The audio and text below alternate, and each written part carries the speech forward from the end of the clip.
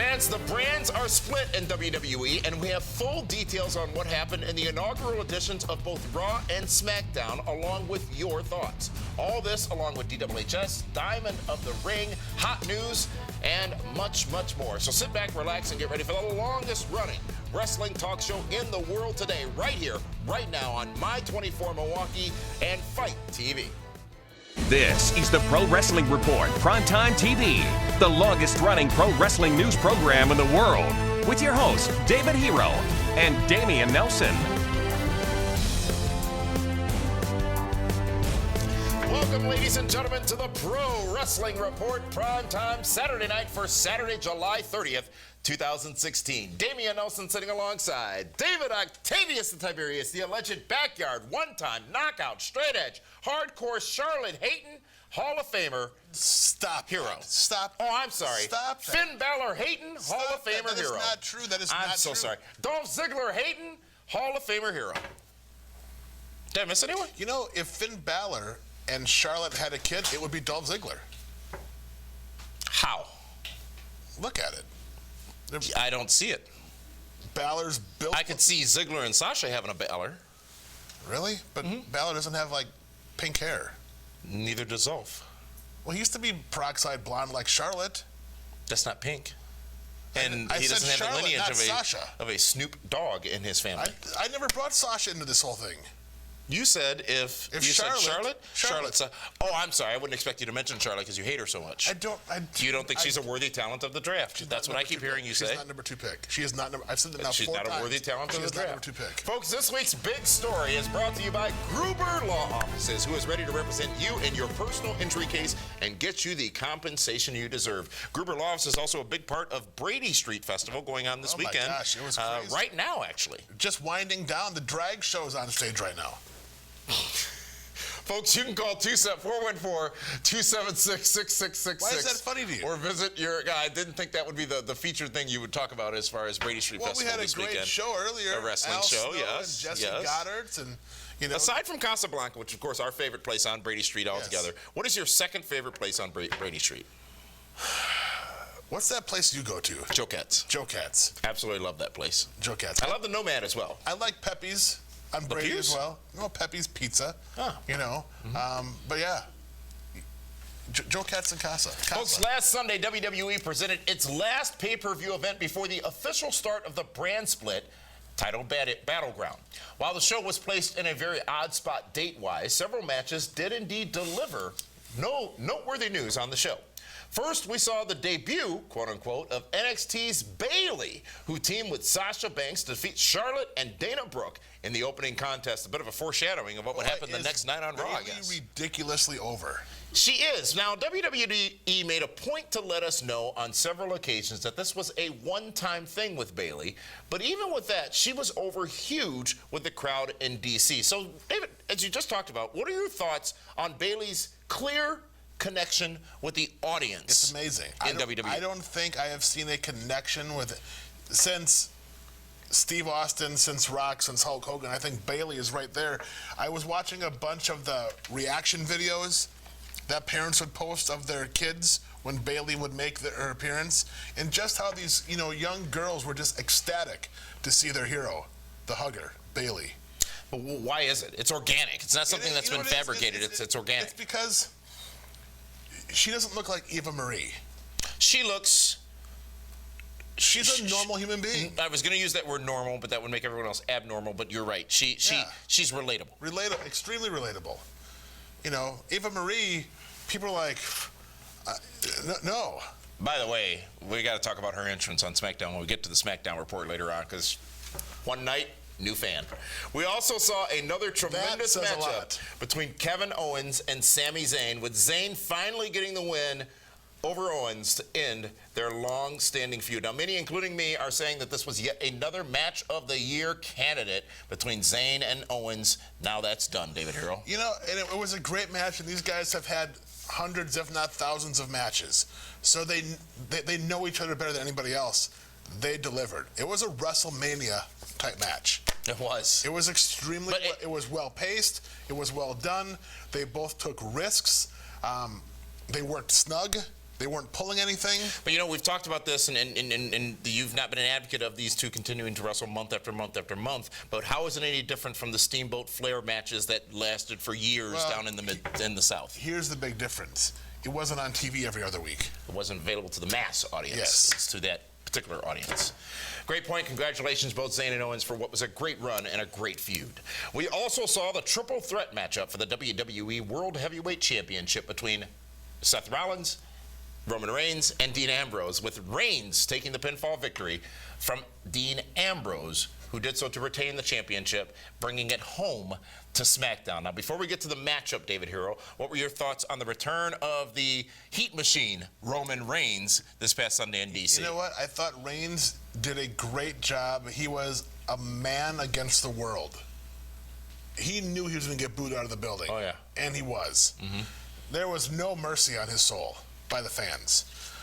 But, you know, Interesting you say that. News on No Mercy later on in this program. He did a great job. I mean, I thought he went out there. He looks thicker than he did before he left. He looked bulkier. So, he has a different look, different demeanor about him. He's going out there, and he's punching the clock, and he's kicking, people's teeth in. The match overall, Ambrose leaving as champion. Your thoughts on the triple threat? I thought it was a great match for Dean Ambrose. He had to beat Roman Reigns. He had to pin him. He's already beaten Seth Rollins twice. Mm-hmm. So now you got to beat Reigns. Now he is legitimized as the world champion. He beat the last two champs. Yeah. Folks, Battleground is in the books, and Ambrose left with the championship. But we would find out just 24 hours later on Raw that they would not be left without a champion for long. More on that coming up this week in this week's WWE Raw Report. In just a few moments, it's this week's Raw and Smackdown reports with our thoughts on week 1 of the brand split right here on PrimeTime on My24 Milwaukee and Fight TV. The Soder family thought they'd take a road trip this summer. A little fun, a little sun. What could possibly go wrong? Even under the best driving conditions, semi-trucks can still be dangerous. The results of being in a wreck with 40 tons of steel and speed can be catastrophic. And it only gets worse when you don't have Gruber Law Offices on your side. If you or a loved one has been injured by a semi-truck, call Gruber Law Offices now. One call, that's all.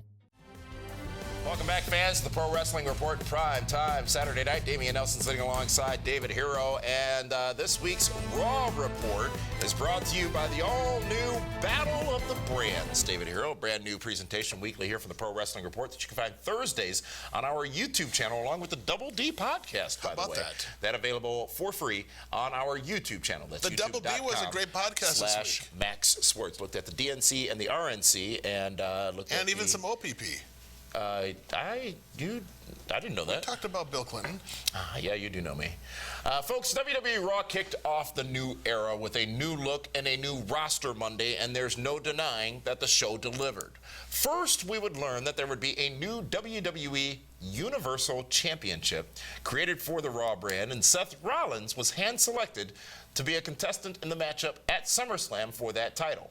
It was also revealed that there would be 2 matches to determine the 2 men who would face off in the main event on Raw to get the chance to take on Rollins for that championship at SummerSlam in Brooklyn.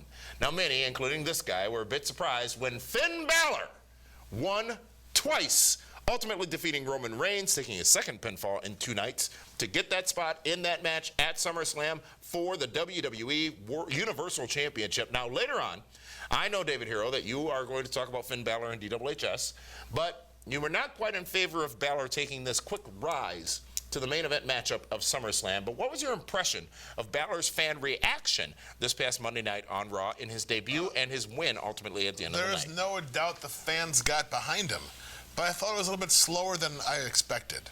Slower? I thought as soon as his music hit, the fans would have been up immediately, and they weren't.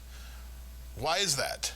Well, I would tend to agree with you. It was not as vivid as his NXT entrances have been, with every person in the audience. Bayley got a far bigger reaction. Well, nobody knew Bayley was coming. They knew Balor was coming. Bayley got the surprise pop. When they announced Bayley as the partner, pop. Surprise pop. Finn Balor, who they knew would be there.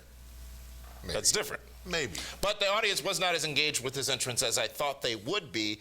But at the same time, you don't never know which entrance you're going to get out of Finn Balor either. Is it the Demon entrance or is it the Balor Club entrance? Do you think he gets the Demon entrance at SummerSlam? Oh, I hope so.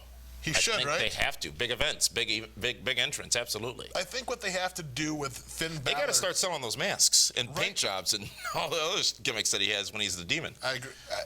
And they will sell lots of it. What they need to do is they need to establish Seth Rollins as dominant by going after Finn Balor, by beating Finn Balor down, by having it the seasoned veteran against the rookie. That's how they got to sell this match. Finn Balor, yeah, he got 2 big wins over Rusev and Roman Reigns, but now it needs to be where he's building momentum towards Seth Rollins, where Seth Rollins will outsmart him because Rollins has been there before. You also took... you want to see the babyface in peril. Right, absolutely. You can't have Finn Balor be equal to Seth Rollins right now. Now, is it because Finn Balor's 190 pounds? Well, but Seth Rollins isn't that far behind him. He is not. No. I mean, it's a great matchup cosmetically because they're both very similar that way. It's going to be a fantastic match. Both those matches, we'll talk about the SmackDown version in a minute, both those matches are going to be fantastic at SummerSlam. But also on Raw, folks, we got a brand new women's champion with Sasha Banks defeating Charlotte, taking the strap, and what I thought was an excellent matchup. But was this a good move for the Raw brand? We talked about a little bit on Feedback Friday yesterday, but Charlotte loses to Sasha. Was this good for Raw? I would have rather have seen Sasha chase Charlotte to SummerSlam. Yeah. You know, especially with Charlotte being the number 2 draft pick. Has she not been chasing her long enough? I don't think so. It doesn't It's seem probably like been a month, not a long time. It doesn't seem like it's been long enough. Yeah. It doesn't. But, I mean, I would have liked to have seen Charlotte be the daughter of the dirtiest player of the game, cheating, pulling the tights, feet on the ropes, all that, so that eventually, when it is the one-on-one match, even if it's an Iron Woman match, that's Sasha. We've gotten that in NXT, haven't we, in the past? Now, so do you think we're going to see the rematch at SummerSlam? Oh, there's no doubt. In Brooklyn. Has to be. Brooklyn. Super. Well, folks, overall, Raw did feel very fresh and new, and I like the move of the commentators. And we talked about, I think, on Battle of the Brands on Thursday, Corey Graves doing a very good job assimilating into the role. Did you like David Otunga? On SmackDown? Yeah. We'll talk about that when we get to the SmackDown report in a minute. Why can't we talk about what I want to talk about? Because this is the Raw report right now. See, number A5, A4, 3. That's 5. what that means? Folks, Raw did feel fresh. It felt new, and it might be a bit of a challenge for them, though, to continue the momentum that they started this past week. But for all of our sakes, I certainly hope they do. Can they continue? It was a big show this past Monday night. Because they have great... Brock Lesnar's back Monday night. But they're not going to debut a Finn Balor or change a championship every week. Brock Lesnar is back yes, Monday he is. night. He's not pissing in a cup, but he's going to be there. Talk about that in hot news, and for that is it for this week's WWE Raw Report. Coming up next, we discuss this week's SmackDown, Diamond of the Ring, the Event Center, and DHHS. All that in just a few moments when Prime Time returns here on My24 Milwaukee and Fight TV.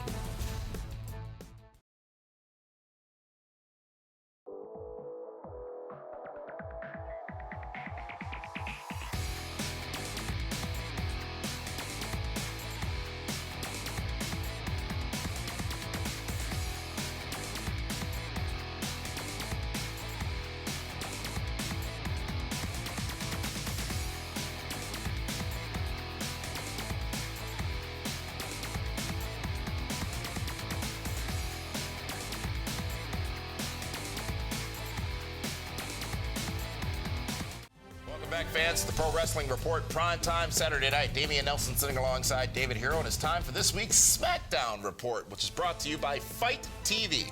Fight TV, which features dozens of wrestling and boxing and MMA viewing options, and of course this very program, the Pro Wrestling Report, as well. You can download the free app right now in the Google Play and iTunes stores and start exploring all the great content on Fight TV. That's F-I-T-E, Fight. Free download. Fight. Tuesday night on the USA Network, SmackDown started its version of the new era, also with a new look and a new feel to the Blue Show.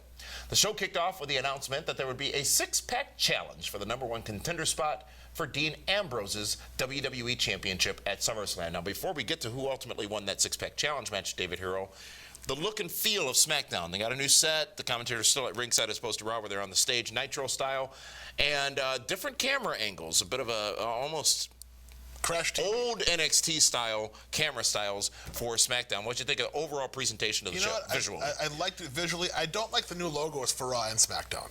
They're sort of they're retro, but not. I can't believe somebody got paid to do those.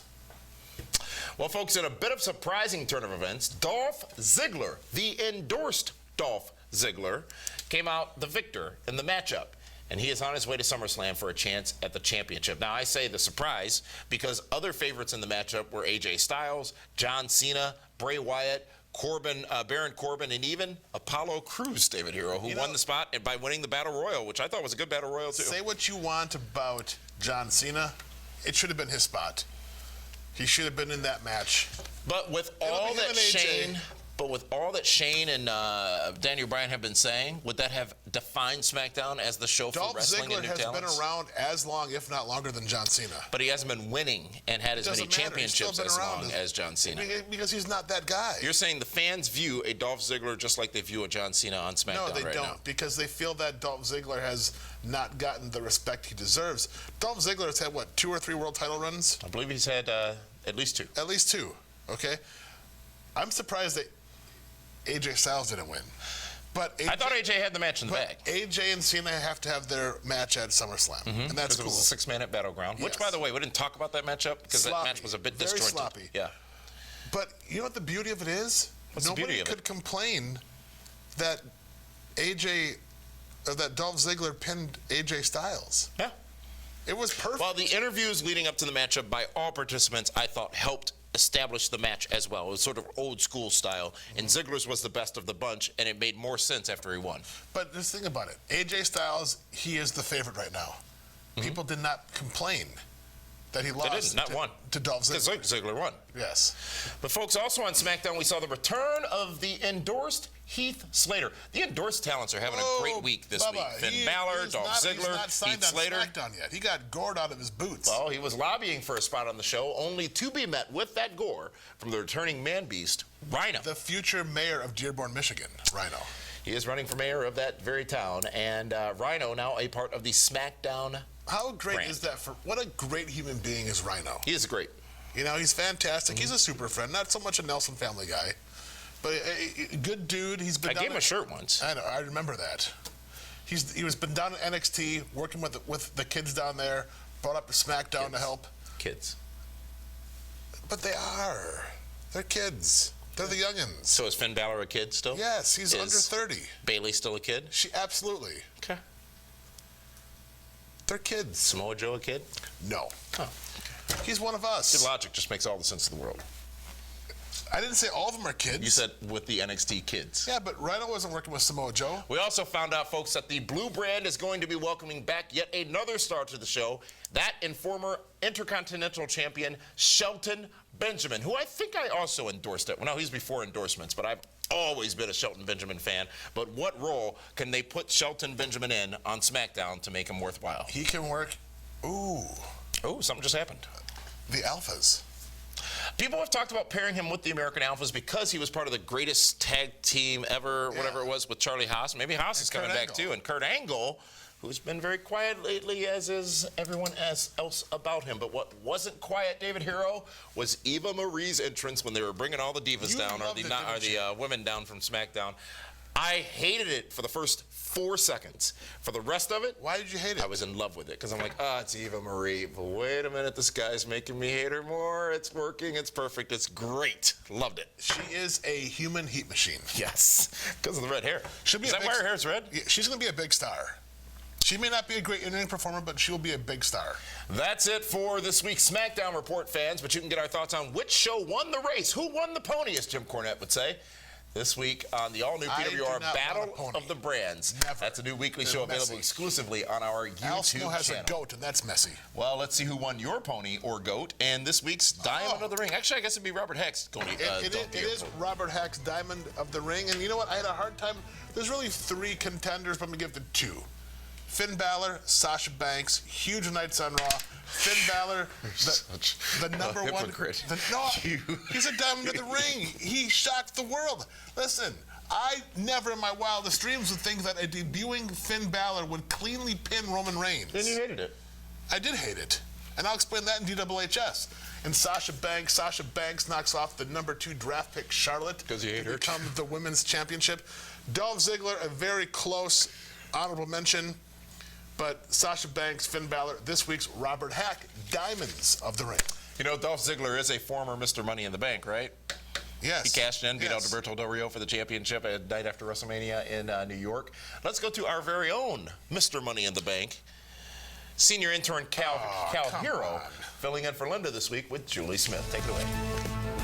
Welcome to the PWR Event Center, brought to you by Casablanca on Brady Street, bringing you the finest Middle Eastern cuisine. Head on down to Casablanca for some great food and some tremendous hookah. Meet former TNA knockout ODB in Sturgis, South Dakota, appearing August 4th through the 14th at the Iron Horse Saloon. ODB will have her now famous barbecue products at the event as well. Meet WWE Hall of Famer Ted DiBiase at the Lakeshore Chinooks game on August 2nd in Mequon. Get more info right now at lakeshorechinooks.com. That's it for this week's Event Center, brought to you by Casablanca on Brady. Battleground is in the books, and both the Nelson family and the Super Friends scored more points than the event last weekend.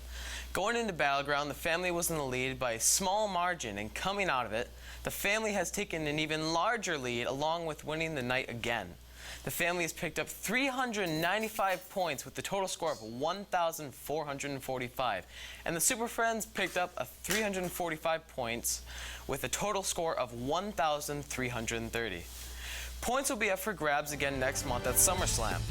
PrimeTime returns in just a few moments with this week's hot news, including news on the NXT TakeOver Brooklyn, Brock Lesnar, and more. At Gruber Law Offices, we understand that when you've been injured, life is tough. That's why we offer so many services for free. First call, free. First consultation, free. Stuck at home or in the hospital? We'll come to you for free. We'll deal with the insurance company for you and get you the help you need. Call Gruber Law Offices now.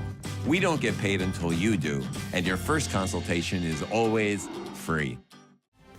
Welcome back, fans. The Pro Wrestling Report, primetime Saturday night. This show has been breezing by like Chris Brown. Bro, come on. You gotta. They call him Breezy. We don't need to talk about Chris Brown. You don't like Chris Brown? No. What about Cisco? On principle. You like Cisco? Sure. Okay. What about Neo? I don't mind Neo. Usher? Sure. Drake? 50 Drake? No. I'm not a Drake guy. I know Omar the Hookah Jason Man is. Derulo. You know why I like him? Because he tells everybody who he is. You'll never forget his name. Folks, hot news is brought to you by PWRshow.com and our YouTube channel, where you can find all of our episodes, including this one, on demand on your time whenever you want it. That's PWRshow.com and YouTube.com/MaxSports. Now, big news regarding Brock Lesnar, as both the UFC and WWE have announced that Brock Lesnar will not face any penalties, financial or suspension-wise, for his UFC drug testing violations. In fact, WWE went on to admit that part-time stars are not subject to the wellness policy. This after Randy Orton took a pretty decent shot at Lesnar this past Sunday at Battleground, saying, and I quote, "no enhancement needed," in a segment with Chris Jericho in reference to Brock Lesnar. Now, this was the subject on last week's show, and you alluded to this point, David Hero, but now the WWE has flat out said it. What are your thoughts on the wellness policy not applying to part-time players? If that's how Brock Lesnar's contract is written, that's how it's written. I don't understand, because Billy Gunn is not a full-time in-ring talent, but he lost his job at NXT. Here's the thing, here's one argument that you'd have to stretch for to use, but you could use it.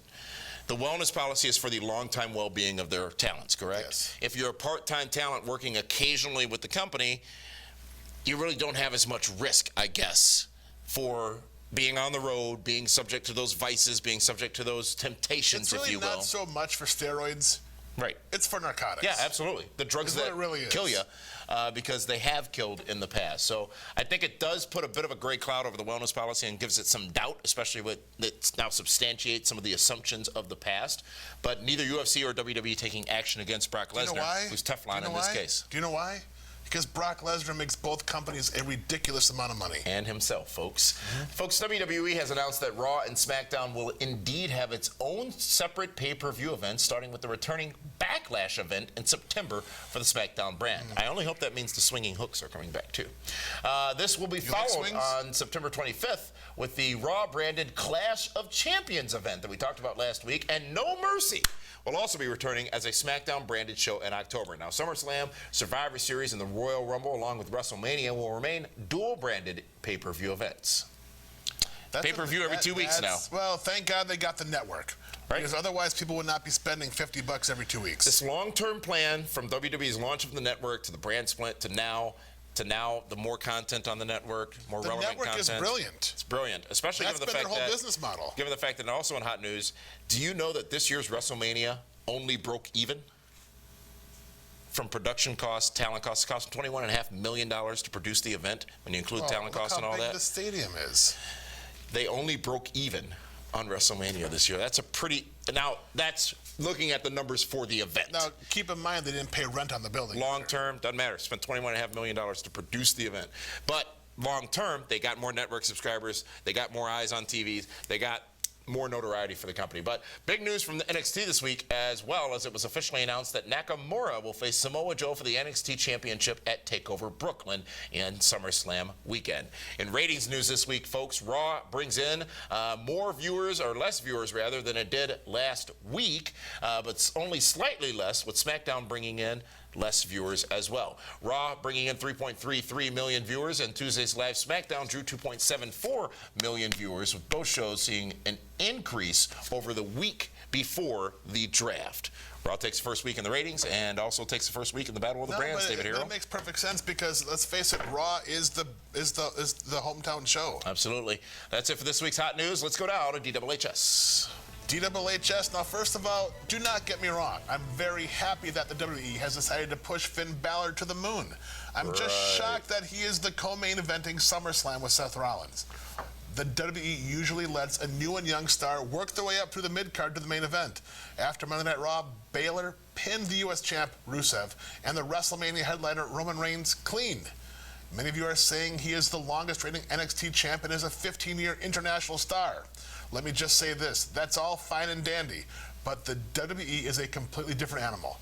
Don't ask, don't believe me, just ask Sting, a legit international star and Hall of Famer. He said he never experienced anything quite like the WWE in his 30-year-plus career. The WWE is the major leagues, and not everyone can handle the bright lights. Will Finn Balor succeed? 12 years in TNA. More than likely he'll succeed, yes. I just wish the WWE would give him more of a learning curve to understand the company, more so than being thrown straight into the wolves. And with that, David Hero has spoken. He's worked for the company for the last 2 years. He knows the NXT, company. but there's a big difference between being in front of 1,500 people in Poughkeepsie or in 16,000 people in Brooklyn last year? Completely different. How?